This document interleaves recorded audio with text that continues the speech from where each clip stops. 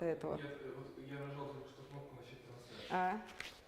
Okay, so let me repeat then what I just said. So today we are going to discuss the proof of unique ergodicity statement for interval exchange transformations.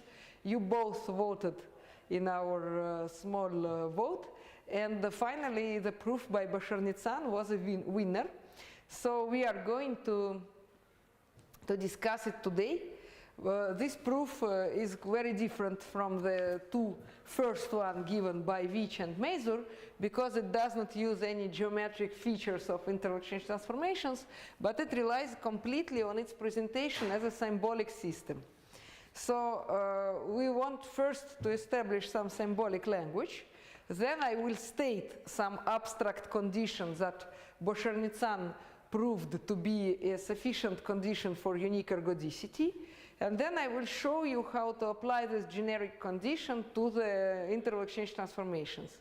If we still feel strong enough, we will be able to continue proving this abstract condition, and additionally, with the techniques that Bashar-Nitzan developed, he was able not only to prove some statements about unique ergodicity, but also to estimate the possible number of invariant measures for invariant ergodic measures, for symbolic systems with certain combinatorial condition.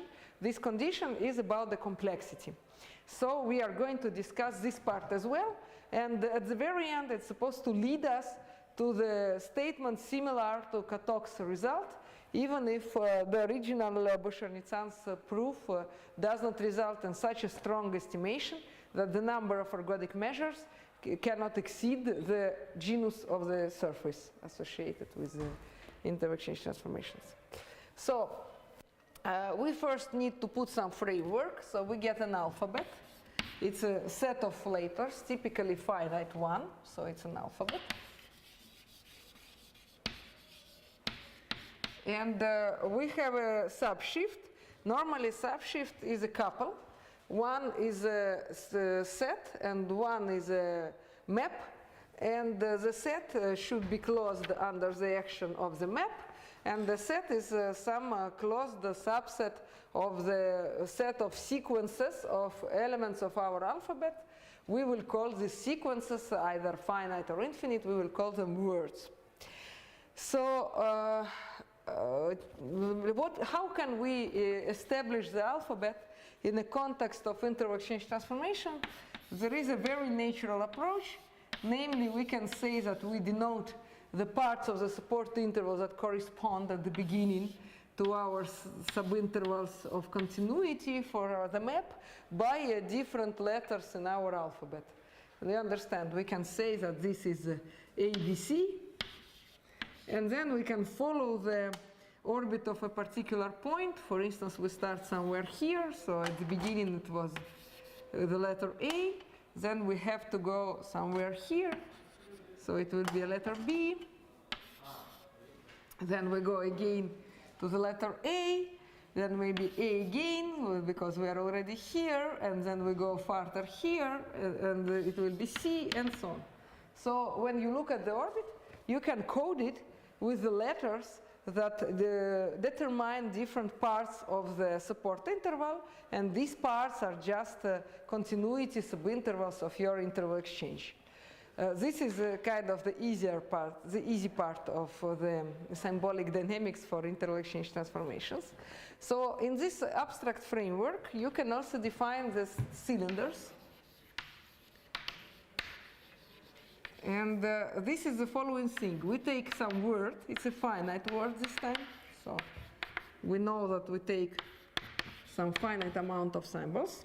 It's finite word. And then we consider the set of words such that they are infinite, but they start from this given word.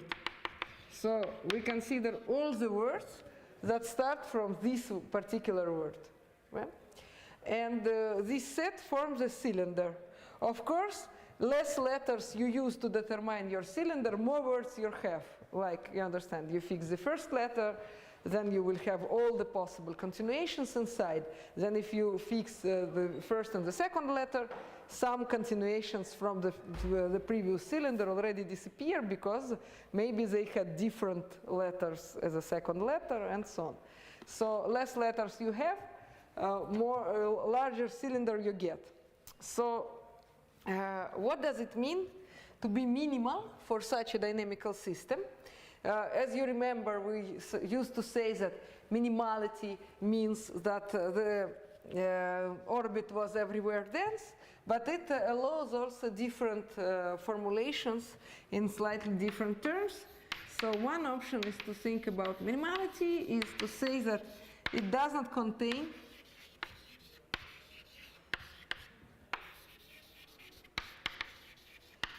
any smaller subshift.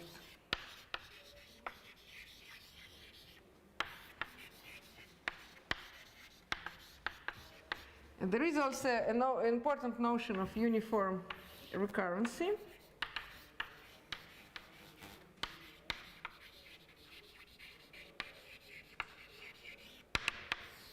This notion means that every factor of x, by factor we mean a subword, so every word is determined by the sequence of letters, and then we consider some subsequence, which is some finite one, which is inside of it. Maybe not at the very beginning, but at any moment, and we call it a factor.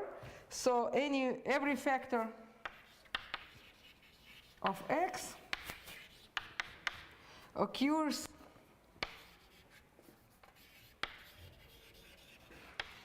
in an infinite number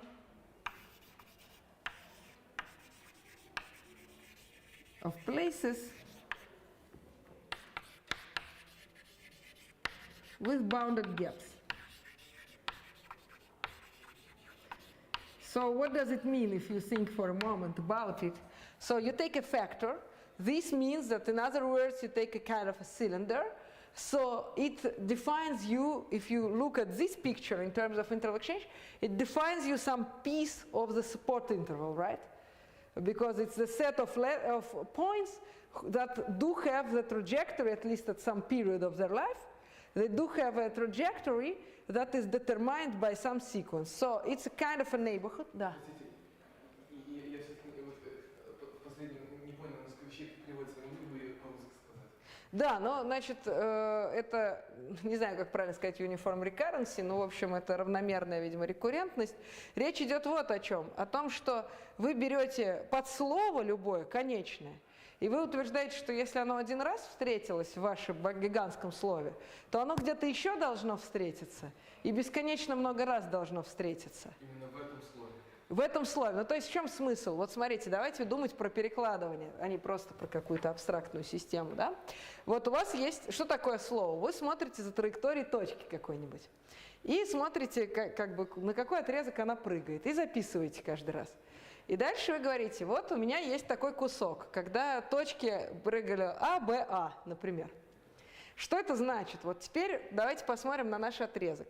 Что это значит, что точка прыгала вот по таким путям? Вы можете найти все точки, которые имели такой же путь. Они сформируют некую окрестность. Что это значит?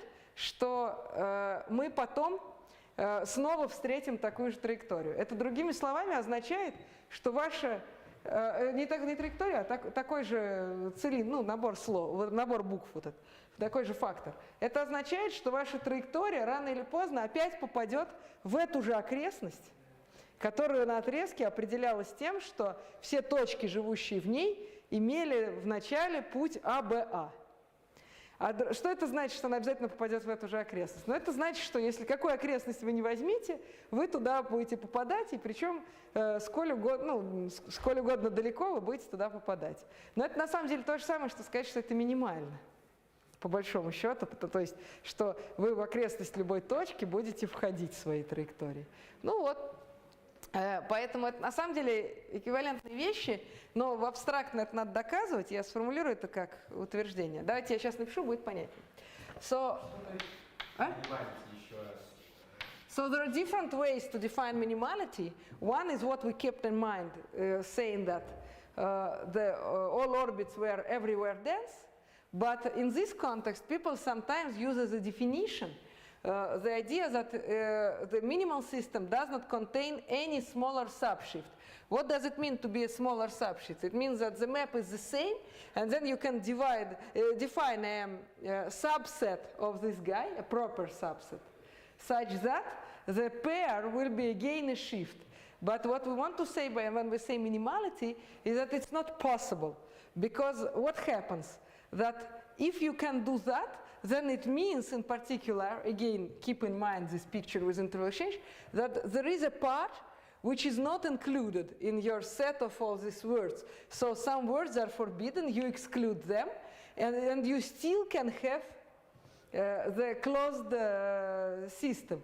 But then it would mean that there was a piece of your interval where the orbits never entered. But it's not possible when you have a minimal system and they are everywhere else. Let me state the proposition with several different equivalent definitions of minimality, and it will give you more ideas what does it mean. So if we take X, an infinite word,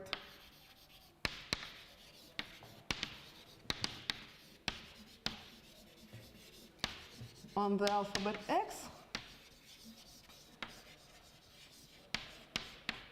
alphabet A, sorry. So there are several conditions. One is that the word X is uniformly recurrent.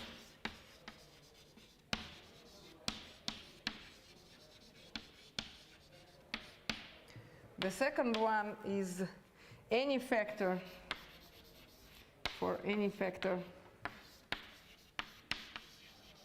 U from L of X, where L of X is a language defined by X. So it's a set of all words that are contained as factors in X. So for any factor from there is an integer, a natural integer, such that any element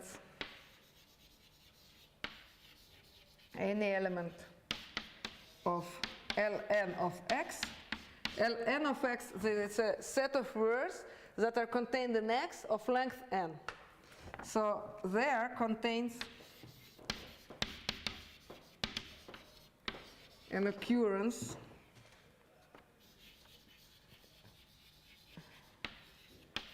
of U, then any Y from X is such that L of Y is equal to L of X, and any orbit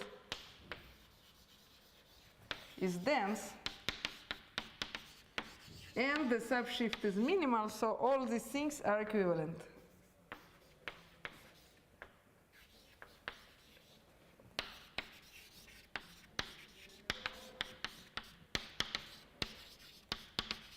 Minimal in the sense that it doesn't contain any smaller subshift. Значит, мы сейчас не будем доказывать это утверждение, это просто мы докажем его, может быть, в следующий раз. Нам сегодня минимальность не так нужна, но мне хотелось просто, чтобы вы прочувствовали, что такое цилиндр, что это реально определяет на самом деле некоторое подмножество на отрезке носителей в случае перекладываний, и что те условия, которые мы формулируем для абстрактных динамических систем, на символическом языке можно формулировать довольно неожиданным образом. Простите, правильно я понимаю второе условие, что U будет, что существует такое n, что в любом промежутке длины встретится U? Да, что у вас в любом слове длины n, которое в этом большом бесконечном слове x живет, будет где-то жить U. Это значит, что это верно для любого слова в алфавите А? Для любого U в языке, который определен... Нет, не в алфавите. Вы рассматриваете только язык, который порожден этим словом. А язык — это все слова, которые в нем содержатся. То есть это само слово и все конечные слова, которые в нем сидят внутри. Вот. Вы берете любое слово такое, конечное, и тогда вы говорите, что найдется такое n, вот для этого слова найдется такое n, что все подслова в нашем вот этом вот слове большом, длины n, обязательно это слово содержит.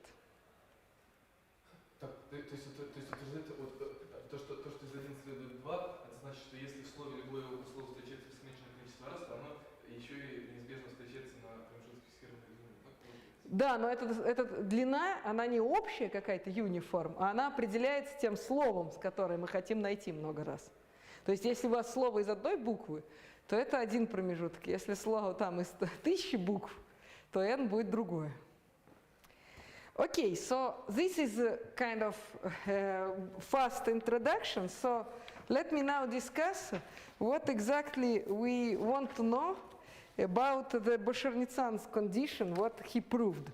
So he took a minimal symbolic system. Now you have many, many different definitions of minimality in mind, so you can choose the ones that you prefer. And he proved the following condition, which is the way to understand which minimal systems are uniquely ergodic. Because we want unique ergodicity. So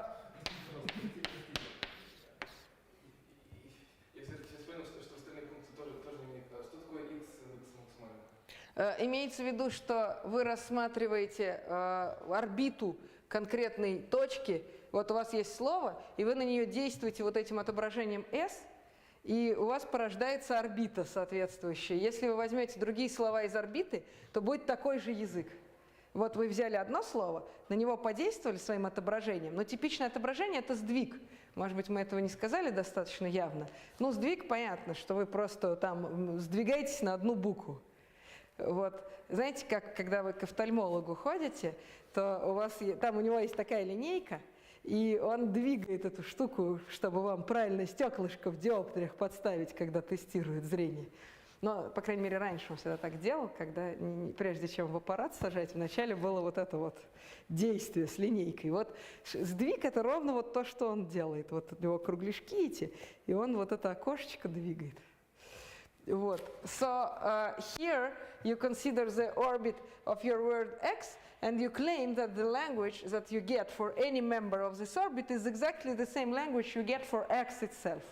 So the list of all these subwords, maybe they are not in the same positions, but the total list of the subwords you get is just the same.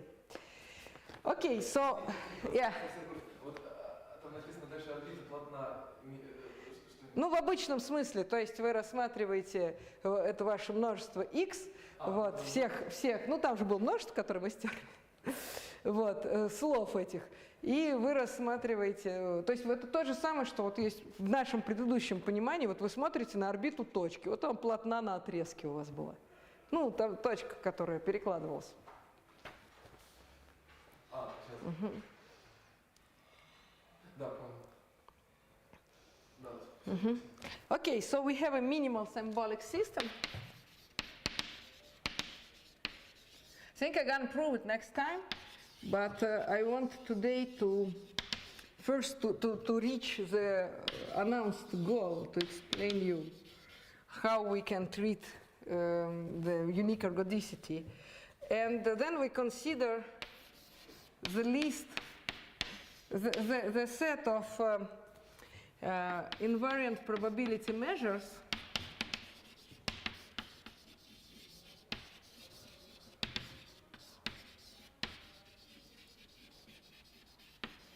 and you consider one of them. So you assume that there is such a measure for any minimal symbolic system. I will explain you later why it exists in general, but say there is one, and you take one of these measures. And then you take the following set. It's very important. That's what Boshernitzan introduced. It's a minimal measure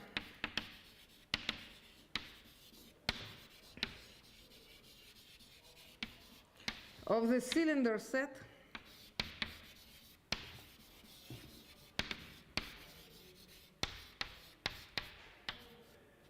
of length n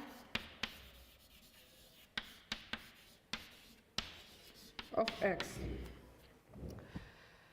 So he proved the following theorem. In the full generality, he proved it later than he got his result about interval exchange, but we are not following the historical picture and exchange the orders. So it's from 92. If you have such a system, and if you can find a measure from this set of invariant probability measures such that lim sup of n en of mu is positive, if you have something like that, then you have no doubts that your system is uniquely ergodic.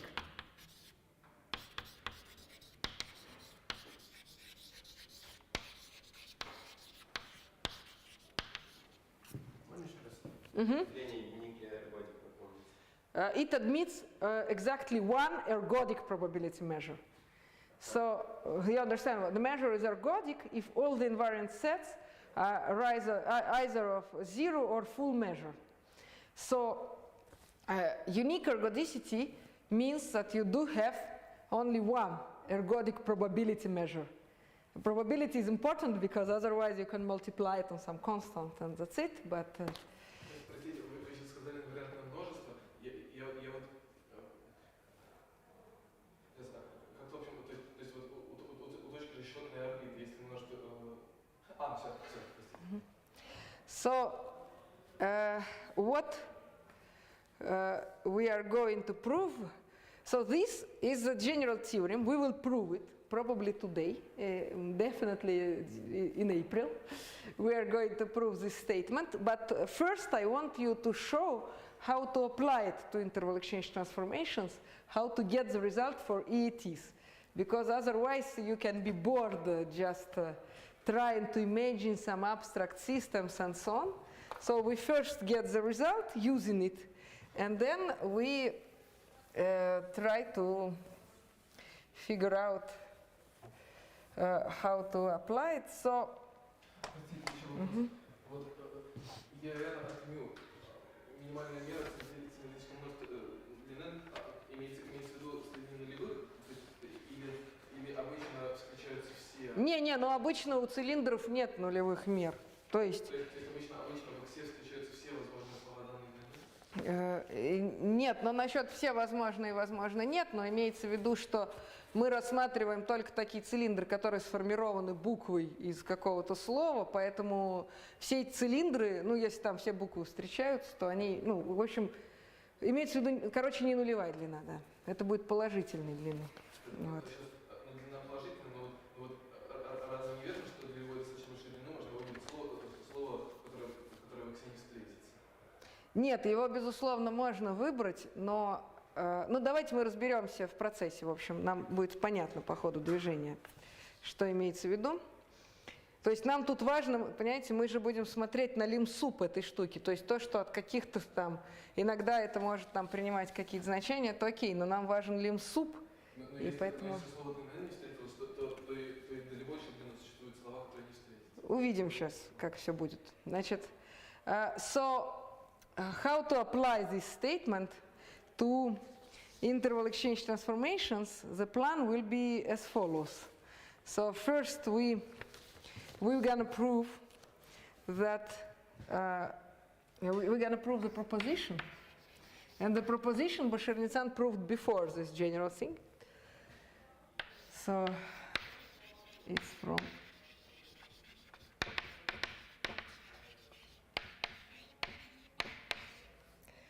and he proved the following thing, that he considered the set of all the length of interval exchange transformations. R will be the number of intervals of continuity.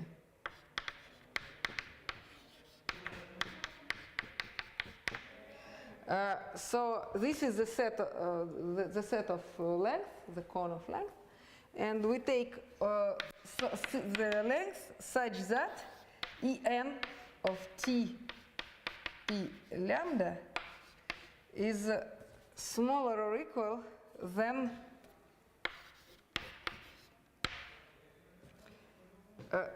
Миш, отвечая еще раз на ваш вопрос, что я хочу сказать, что мы рассматриваем, безусловно, какие-то слова будут запрещены, но мы рассматриваем не все на свете слова, мы рассматриваем только такие, которые отвечают, ну, вот, нашей динамической системе. То есть мы будем рассматривать только слова, которые соответствуют траекториям каких-то точек.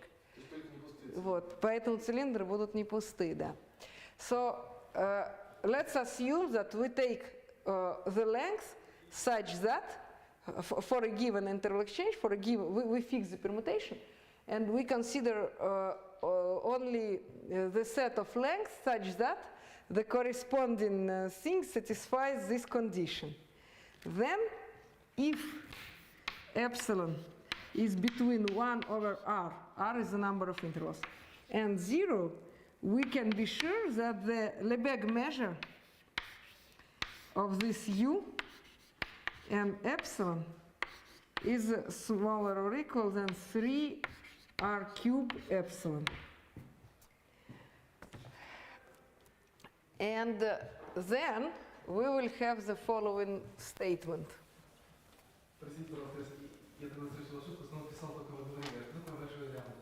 Значит, мы рассматриваем множество всех длин. Вот мы хотим изучать перекладывание R-отрезков. И мы рассматриваем множество длин, которые могут задавать, ну, то есть это конус там положительный. Угу. Да, но имеется в виду, что это длины, вектора из R-компонент, у которых все компоненты положительные там. Вот. И мы рассматриваем множество таких длин, для которых, для соответствующего перекладывания, вот это загадочное ИН, которое Башарницан ввел, оценивается сверху как эпсилон делить на n. Вот. И n – это, соответственно, длины слов, вот, ну, длины вот этих определяющих цилиндров, а эпсилон – это вот некий параметр, который в этой u сидит.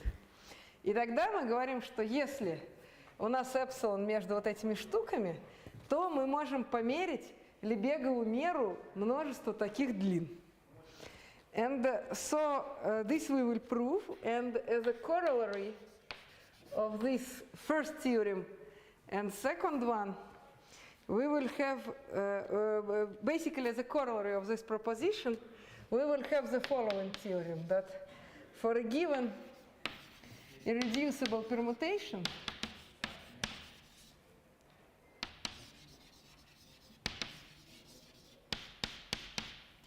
T lambda p pi is uniquely ergodic, but we will define it slightly differently. So it is uniquely ergodic for m almost every lambda. Значит, мы будем доказывать это примерно так. Мы будем пытаться использовать, значит, вначале мы должны будем доказать вот это утверждение, а потом мы будем пользоваться для его, будем от него прокладывать путь к тому, чтобы проверить вот это условие из теоремы и пользоваться вот этой теоремой. So this is our trajectory. So we will first use it as a kind of a ready result without the proof. This theorem prove only propositions, then we will prove that theorem about unique ergodicity, and then we will be back to prove the Bashar-Nitzan's theorem in a full generality, because we will have already enough motivation, hopefully. But to be able to prove the Bashar-Nitzan's proposition, I need to introduce one more notion, which can be introduced also in the abstract sense.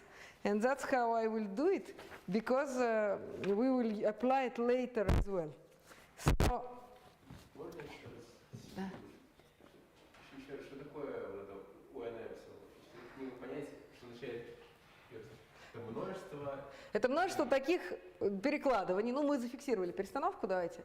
Это множество таких перекладываний, для которых выполняется вот это условие, что вот это вот эпсилон n, значит, по соответствующему перекладыванию померенное, у нас будет меньше, чем эпсилон делить на n. Мы увидим сейчас, когда мы начнем доказывать, вы поймете, о чем идет речь. Соответствующее перекладывание. Ну, у вас же было перекладывание, вы по ней определяете символическую систему. И вот вы по перекладыванию строите, вы рассматриваете множество всех слов, которые допускаются, и так далее, перекладывание. Вот. И у вас есть мера инвариантная, потому что есть мера инвариантная для перекладывания, значит, есть мера инвариантная и относительно этого самого, ну, это мера Лебега просто. У вас есть и понятная мера относительно этого отображения. Ну вот. Мы сейчас, когда будем доказывать, вы увидите подробно, но мне надо еще одно понятие завести, иначе будет неясно. Значит, so let me introduce one more notion. It's a notion of the Rosy graphs. So it was discovered twice, first in France, and it was done by Gérard Rosy, Marseillais mathematician, the guy from Marseille. And then in 1985, Bashar-Nitzan rediscovered it, because people did not have archive, and they also used to write on different languages. So Rosy's papers are all in French, and Bashar-Nitzan reintroduced his thing. So the idea is the following. Assume that we have some symbolic system, X and S. It's a symbolic system.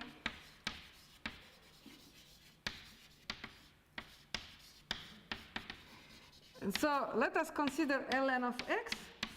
It's the list of words of length n such that they are of length n in this system. Okay? And then you can consider ln plus 1. So how they are related? Basically, you have two options. If you have a word of the length n plus 1, of course, it was either the extension of the word of length n with a suffix, it's called. So you write a letter on the right.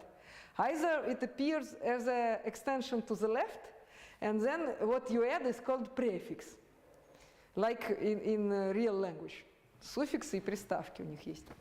So in any case, all the words here can be constructed from the words here by adding letters on the left or on the right.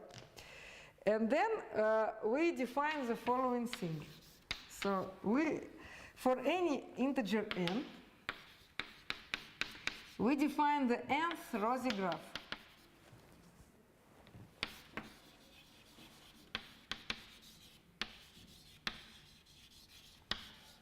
Gn of x. It is a directed graph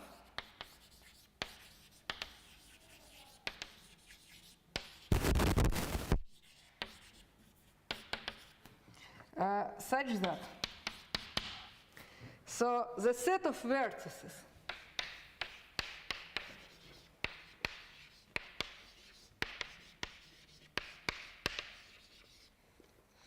of Gn of x is exactly ln of x. То есть множество вершин – это все слова длины n. Это множество вершин. Теперь надо сказать, когда будет ребро между такими вершинами, правильно? Чтобы граф определить. There exists an oriented H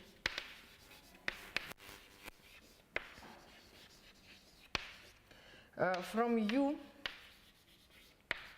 to V in Gn of x if there exists a W in ln plus 1 of x such that W begins with U and ends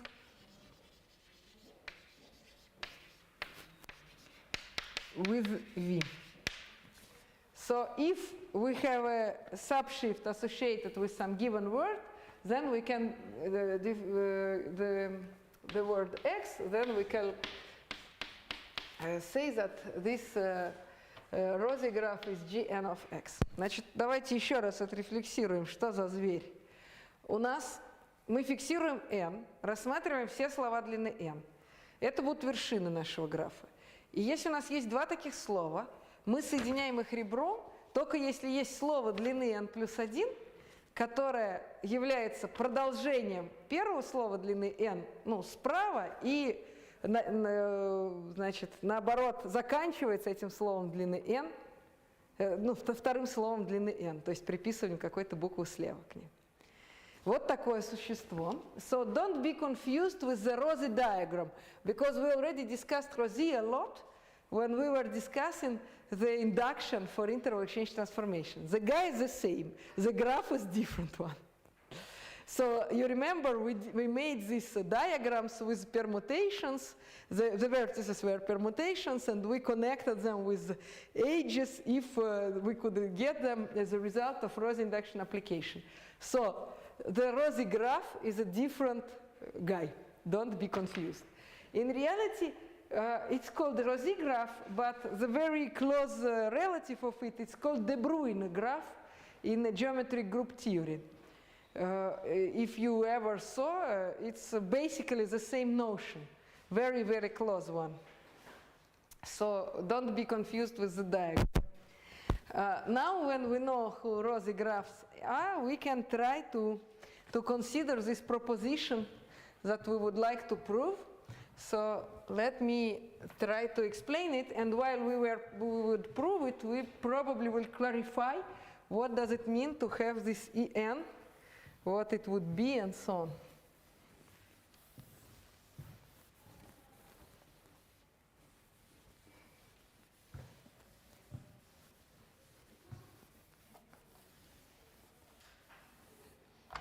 So let me consider the Rosie graph associated with any infinite word in the natural coding of our interval exchange. So we take some interval exchange.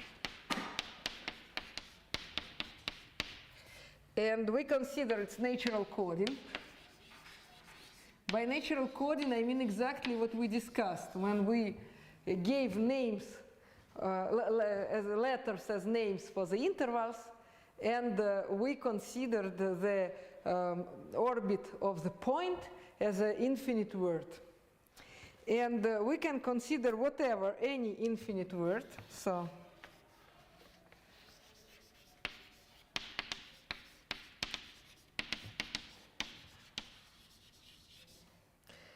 x of sigma. Sigma is a given orbit in the natural coding. So one more short pause in our proof. Let us discuss the following important questions. We look at interval exchange transformation. We agreed that we know how to code it. So we look at the amount of words of different length. How many words of length 1 do we have for such an interval exchange transformation? The R, yes, the number of intervals. Then we ask ourselves how many words of length 2 can we have?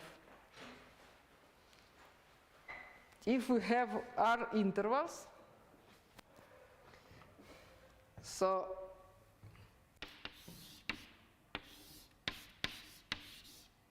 of course already not of them. All the combinations of letters is possible, right? Значит, давайте поймем, как нам сосчитать, вот сколько у нас слов длины 2 есть для нашего перекладывания. Что это значит, вот, что мы записываем такие слова?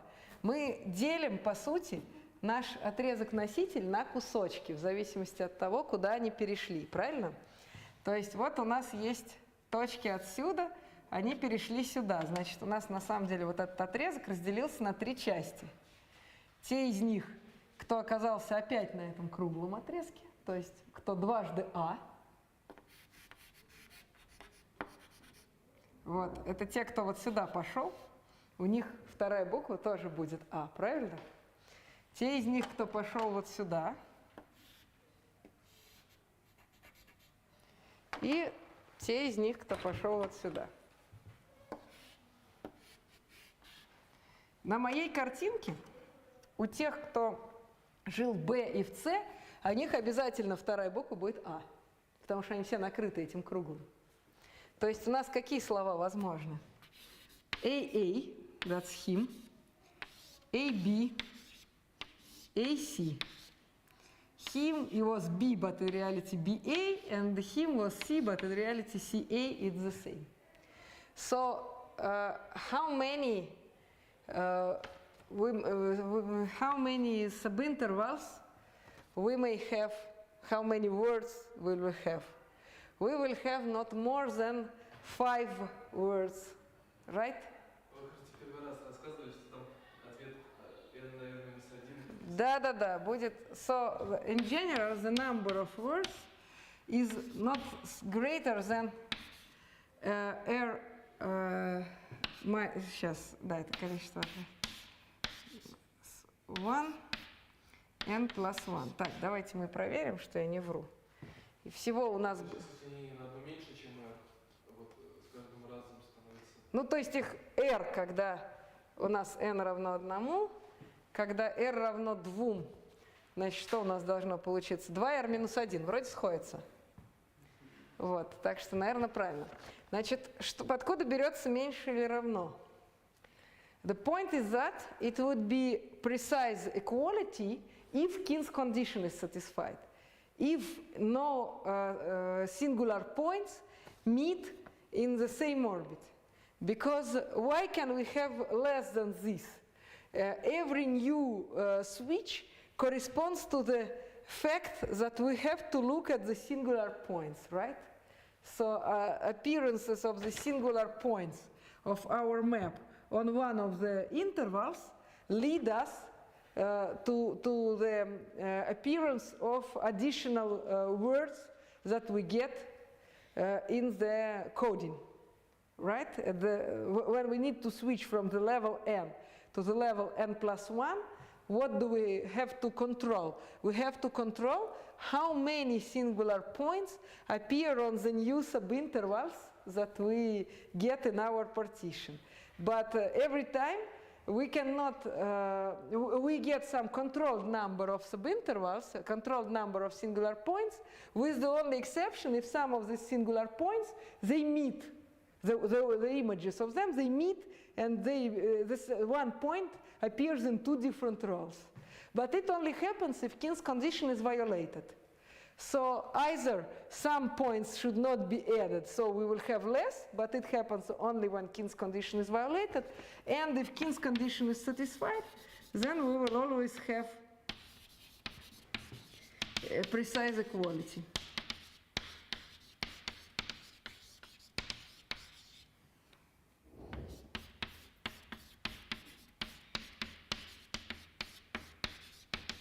In any case, interval change transformations determine the shift that has a so-called linear or sublinear complexity. Если эта часть не очень понятна, то в тех заметках, которые я после первой лекции, посвященной перекладыванию, клал в наш канал, вот Вансана Делакруа, там довольно подробно это расписано, он не лениво выписывает для 2 отрезков, как дробится отрезок-носитель вот на эти цилиндры. Это довольно наглядно сделано, можно там посмотреть. Но я надеюсь, что общая идея понятна, почему мы можем контролировать эту сложность и сколько у нас будет разных слов длины n.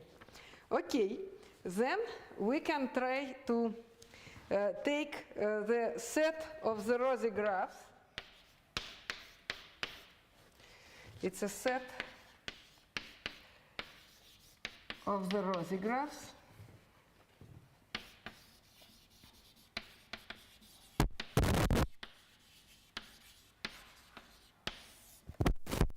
of length n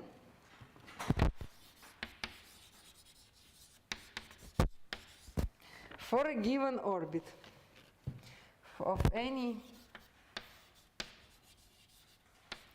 infinite word. So we know the complexity of this infinite word. As we said that we deal only with minimal situation, so assume that King's condition is satisfied. We don't want to analyze different options. So we know that P of n is equal to this.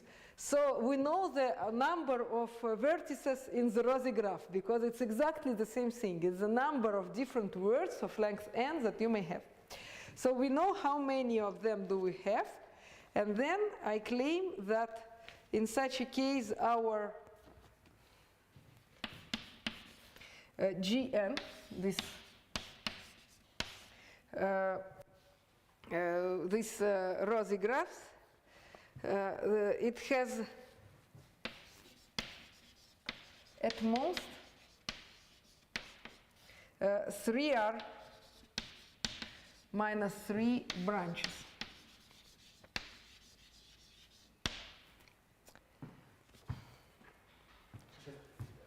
Я сотру, с вашего позволения. Может быть. Правильно понимаю, что имеется в виду, вот во всем, что мы сейчас делаем, что мы фиксируем листновку, выбираем point directed leaf и совершаем одну листновку. Ну, мы применяем это преобразование, да. Ну вот вы зафиксировали преобразование. Да. Нет, вы зафиксировали преобразование и теперь пытаетесь что-то понять про соответствующую эту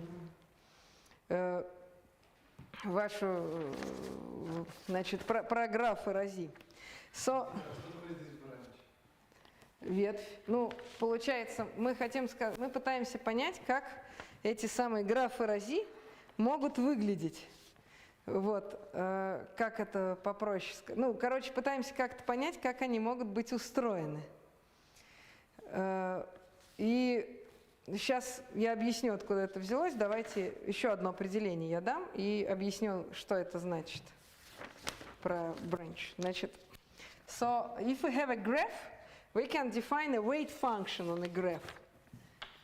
So we say that this is a weight function.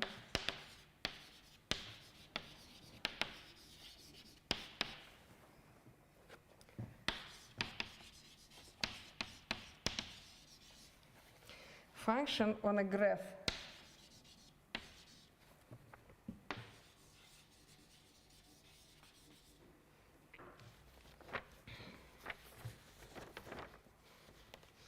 If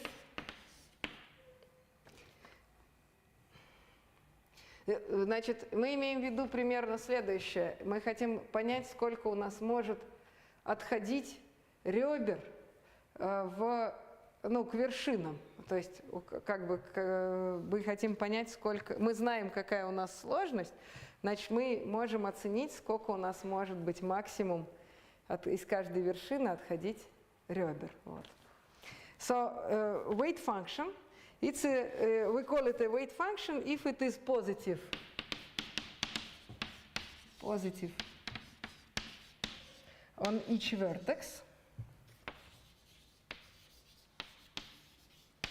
Vertex, the sum of its values on vertices is equal to 1, and it can be extended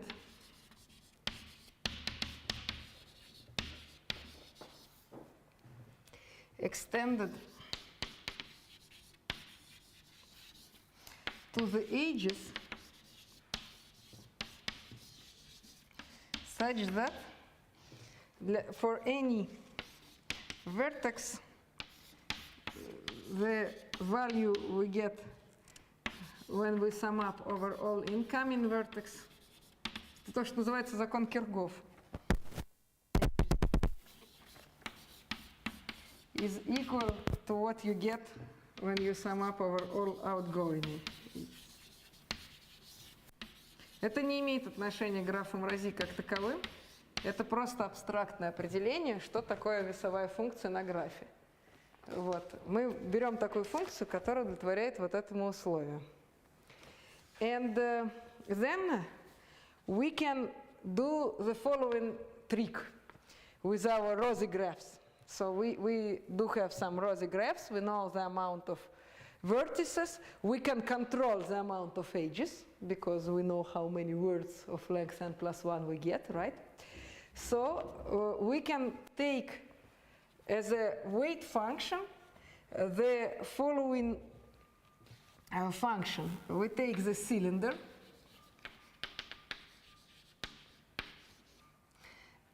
So this cylinder is the vertex of the rosy graph, right? no, not the cylinder, but the word that this cylinder defines is the vertex of the Rosy graph of the corresponding length. So we take this corresponding cylinder and we take its measure. And we claim that this is a weight function. That it satisfies all the requirements for the weight function. It's not hard to say that it's positive on all the vertices. It's not hard to assume that the sum of its values on vertices should be equal to 1. But then the fact that you can define it on the edges with this condition satisfied, it follows from the definition of the Rosy graph. And so now we consider the following thing. We fix the Rosy graph.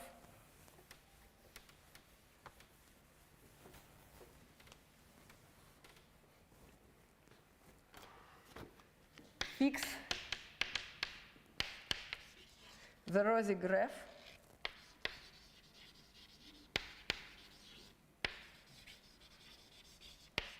G of length n. Сейчас, да, я напишу и отвечу. And we consider the set of lengths such that the Rosy graph is exactly the one that we have. So, значит, возвращаясь к вашему вопросу, мы зафиксировали перекладывание, по нему сказали, что тогда можно построить этот самый граф Рози, правильно? Теперь мы говорим, вот нам дали граф Рози. Мы уже знаем, что он граф Рози какого-то перекладывания вот на уровне n. Теперь рассмотрим, перестановка всегда фиксированная, рассмотрим все такие длины, чтобы для соответствующего перекладывания граф Рози выглядел именно так. Ну вот это множество длин, это же не единственная уникальная длина, если мы выбираем какое-то конечное n.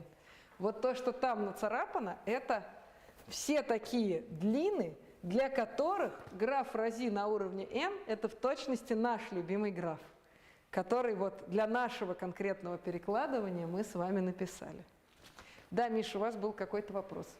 Да, вот у функции есть условие, что сумма значит равна единице. Вот вы написали, что мера цилиндров – это весовая функция. Тогда получается,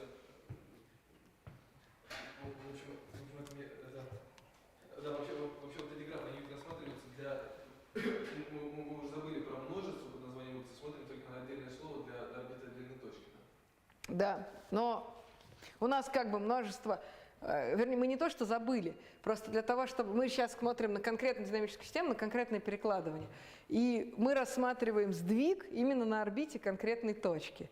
Это вот как бы такой способ ассоциировать с перекладыванием символическую систему. Тогда вот, чтобы говорить, что это весовая функция, это нужно делить на меру орбиты? Ну, мы считаем же, что у нас вероятностная мера, поэтому мера всего – это единица. Ну, мы вероятностную меру на этом множестве сразу берем, поэтому. Okay, so now we consider this set, and for a given, let us fix the word and think for a moment what this guy is, what this weight function is. So for a given word,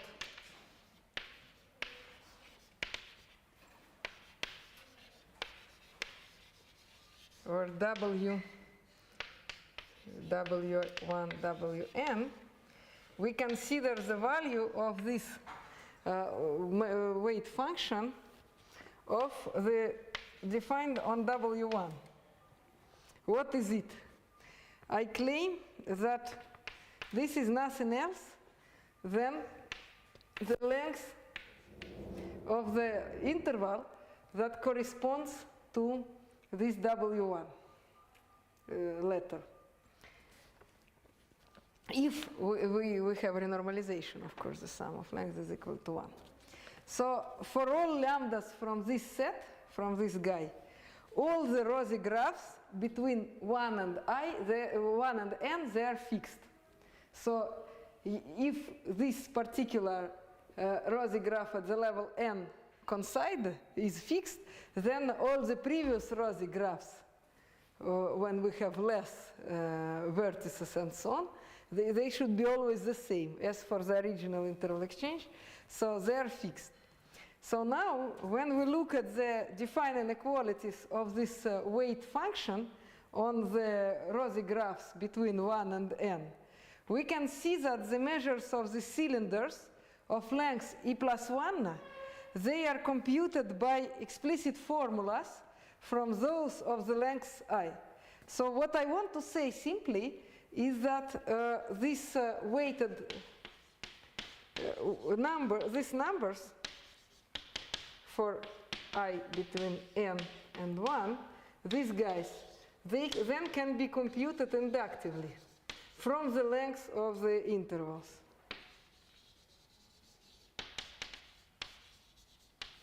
Ну, что это значит? На самом деле, в сути, мы пытаемся сказать очень простые вещи.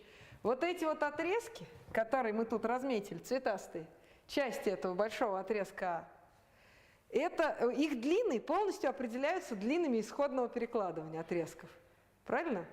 И это там какие-то их простенькие линейные комбинации с целыми коэффициентами. И когда мы говорим, что мы хотим померить меру вот этого загадочного цилиндра, на самом деле это кажется, что это супер абстрактное что-то. Но ведь у нас очень хорошее отображение, оно сохраняет меру Лебега.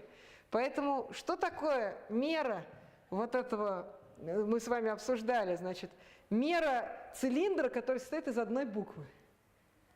Ну, что это такое? Это Лебегова мера, значит, это просто длина этого отрезка. Значит, получается, что меры отрезков из одной буквы – это прямо сами длины отрезков. Дальше, когда букв становится больше, вот две буквы. Либо это прям сами длинные, либо это их какие-то простые линейные комбинации, которые можно посчитать там, используя те же матрицы для индукции Рози, по сути своей. И тем самым мы можем сказать, что все эти загадочные меры длинных цилиндров, они все вычисляются индуктивно, вот как мы с вами обсуждали. So, basically, what can we say is that they can be computed inductively and they depend linearly on lambdas, on the length of the intervals, on the components of vector of length. But since we know that our map preserves this measure mu, this measure, then we know also that if they are on the same branch of our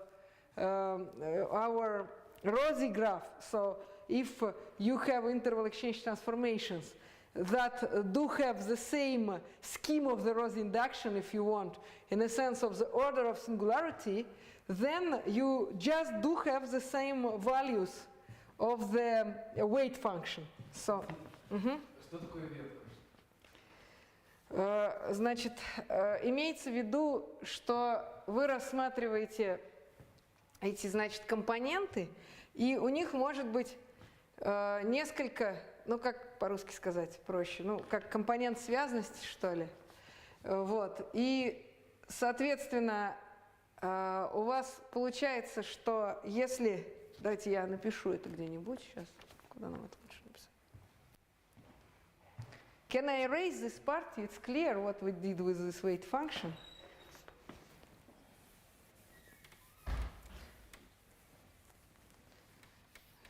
So what I want to say is the following thing, that T preserves mu. So if we have W1, Wn, and we have W1 prime, Wn prime from the same orbit, but from two different parts of the same orbit, so these guys, if they are, they should be equal. So morally, what we want to say is that this weight function can take only finite number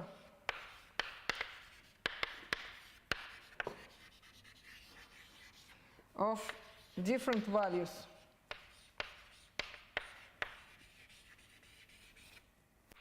Значит, что мы хотим сказать по сути? Вот мы с вами имеем конечное число этих отрезков. Вот у нас получились, значит, вот разные длины отрезочков тут. И мы говорим, что мы можем вычислить эти длины отрезков индуктивно из предыдущих в следующие. И при этом мы утверждаем, что из-за того, что у нас вот такая простая формула линейная для сложности, разных вариантов, какие могут принимать значения, вот эта вот весовая функция так определенная, вот как мера вот этих соответствующих цилиндров, у нас только конечное число. Нам даже не принципиально, какое именно, но их только конечное число. А как здесь важно ограничение? То есть мы знаем, что по n конечно просто. Но это число не зависит от n. Это универсальная константа, которая от n не зависит. P от n не конечно. P от n, конечно, когда n стремится к бесконечности, оно тоже стремится к бесконечности. Вот. Это чуть-чуть более тонкая вещь. Смотрите, что мы знаем? Мы хотим сказать, что у нас что нам нужно посчитать? Мы хотим посчитать, сколько у нас есть разных длин у этих слов. Вот самих слов мы знаем, их вот столько. Но это зависит от n. Но мы утверждаем, что количество вариантов для их длин от n не зависит. То есть, что мы имеем в виду? Что многие длины, вот давайте попытаемся это понять по индукции. Вот что у нас здесь произошло? Некоторые длины у нас сохранились. Эти были те длины, которые были еще на первом этапе. Вот этот вот розовый и оранжевый отрезок, они имели такие же длины, как эти цилиндры, у которых была длина 1, правильно? Теперь вот этих двоих оказались такие же длины, как вот у тех, которые уже встречались. И только у синего длина была новая, которая получилась как вот эта вот их линейная комбинация.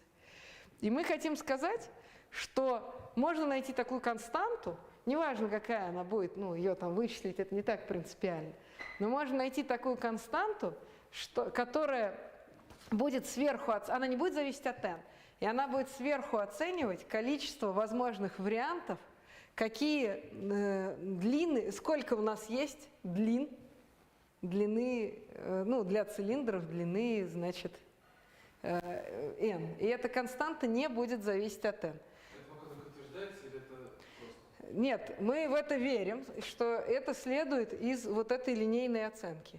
Ну, давайте попробуем понять, вот, почему так происходит.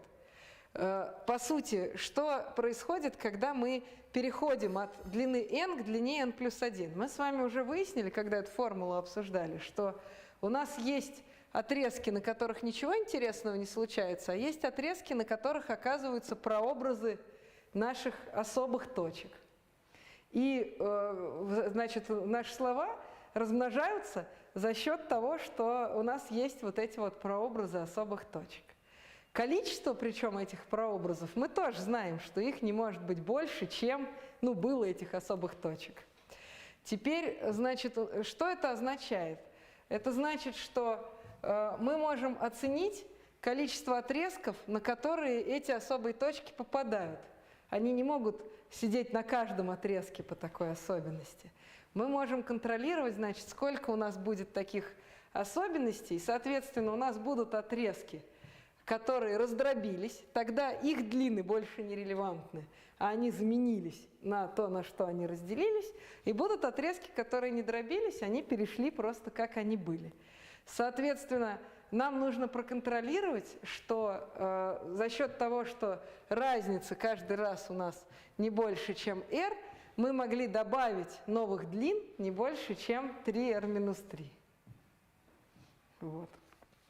И, ну, мы это давайте после перерыва подробно обсудим, но идея именно в этом. Давайте мы закончим это доказательство, поверив в это техническое утверждение. Чего вы сказали 3r минус 3? Ну, возможности, какие разные значения могут принимать вот эти вот фижиты. То есть они не могут принимать больше, чем 3r-3 значения. Самое большое количество вариантов значений для них – это 3r-3. Мы сейчас поймем, ну, после перерыва поймем, почему. Это следует из утверждения про ветки или наоборот? Это следует из утверждения про ветки, но это можно и по-другому видеть. А что такое ветки? Сейчас объясню, ну, после перерыва нормально объясню, но давайте мы просто, как бы, я хочу идейную часть добить, окей? So, let's say that we believe in this statement, and we need to finalize the proof by this moment. So what we say that we denote these different values by phi1, phi t of lambda. This t is some finite number which is between 1 and some 3r-3, but it's not so important, but just some global constant that does not depend on n. So they all are linear functionals. So what is now this En that we were so interested in? This guy, you remember its definition. He was the minimal measure of the cylinder of the length n. So we look at all these values, we say that among all the cylinders, we do have only finite number of values, right? Thus, we can say that the smallest in between these people is exactly the one that gives the value to this En of t lambda p. So En t lambda p is the smallest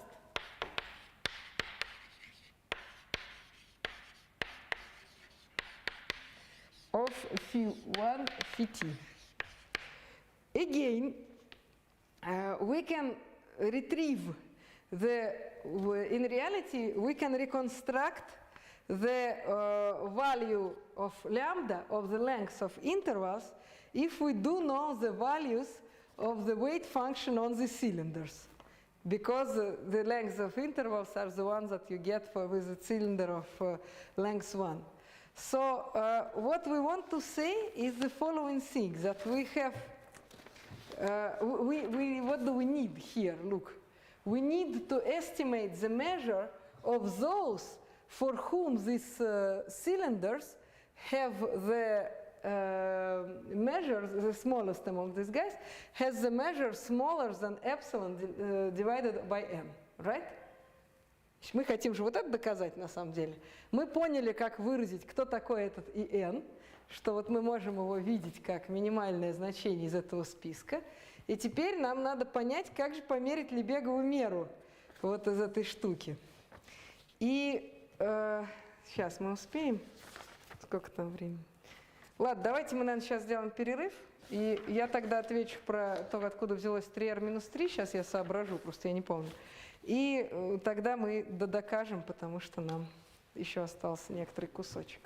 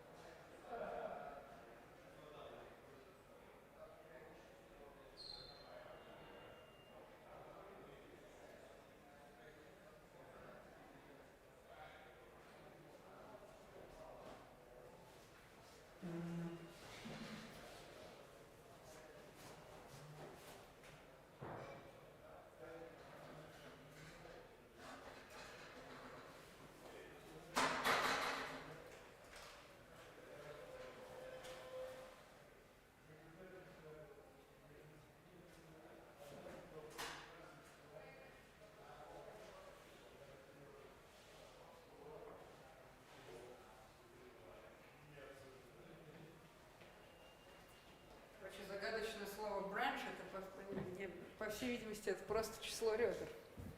Бранч это просто сколько ребер. Число ребер должно быть какая-то n плюс 1. Не совсем.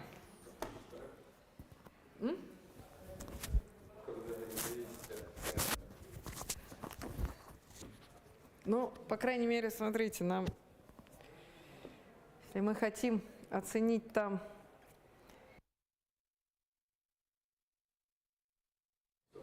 Число ребер не должно быть таким, как... число слов n плюс 1. Да, что-то типа того. Ну, значит, мы хотим сказать, что у нас есть только конечное число.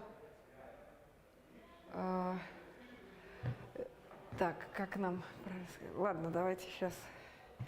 So the point is that it was not my fault that I did not define the branch, but it was the fault of the authors of the paper that they also did not define the branch.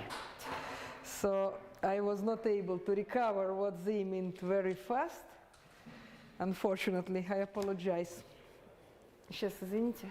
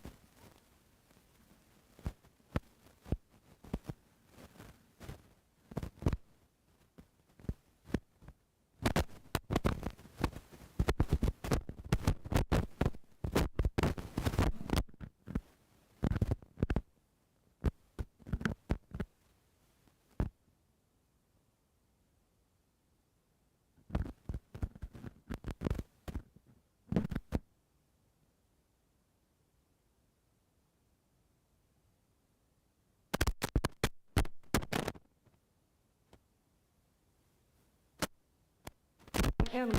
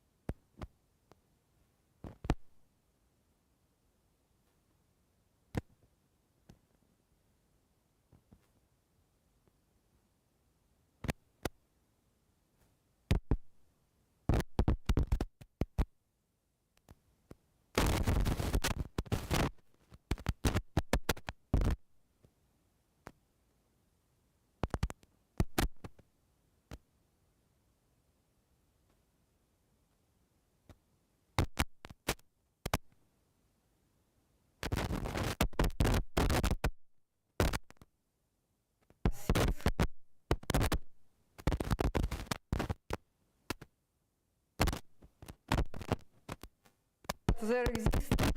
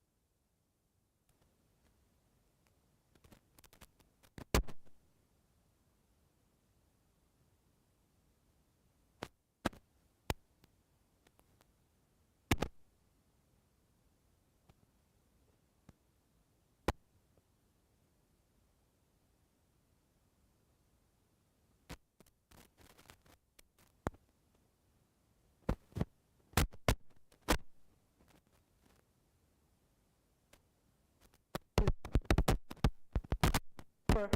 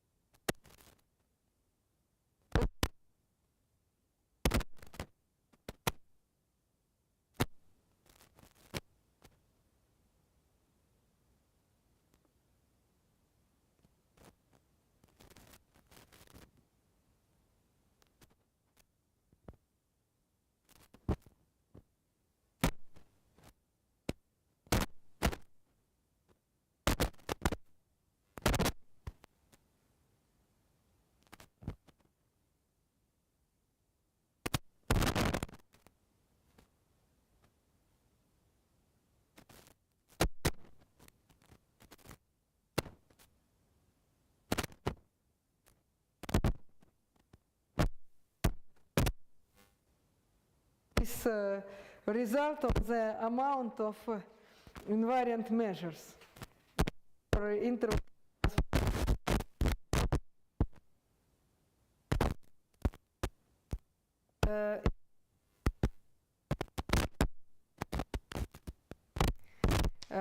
between the number of ergodic measures and surface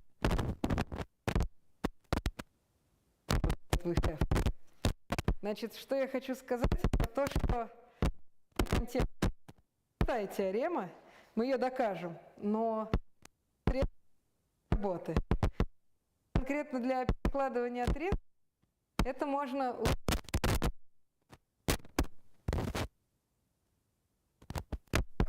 не может быть.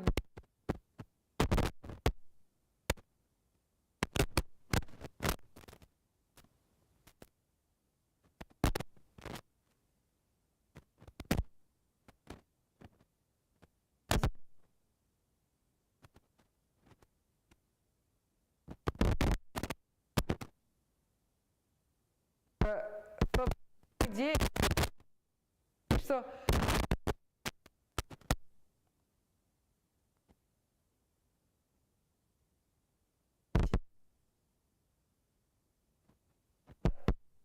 there is a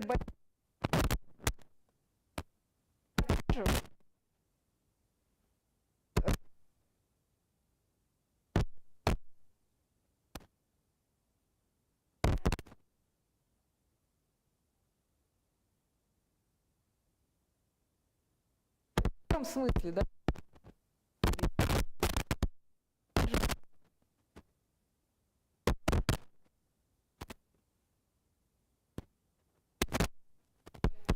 Вот у нас было перекладывание. Ну, давайте на двух отрезках нарисуем. Предположим, мы знаем, что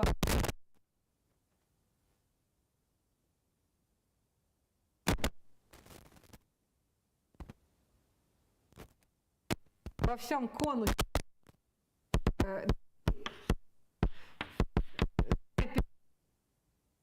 половину.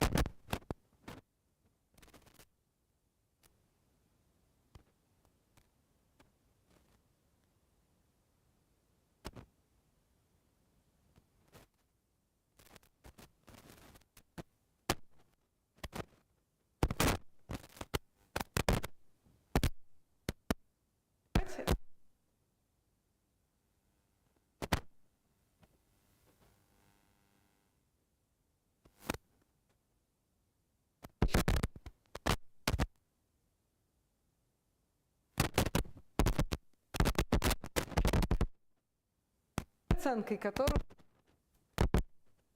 свою возможность, как вы уже выучили.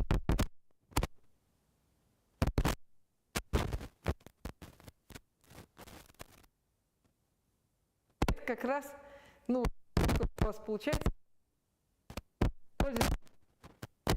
с инерцией. Поэтому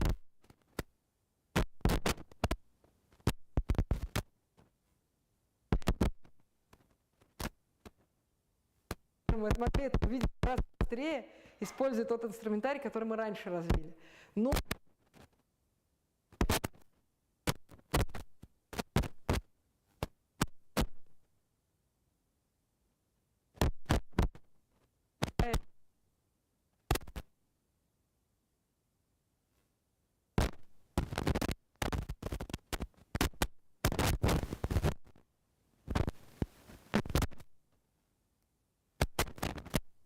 Всё.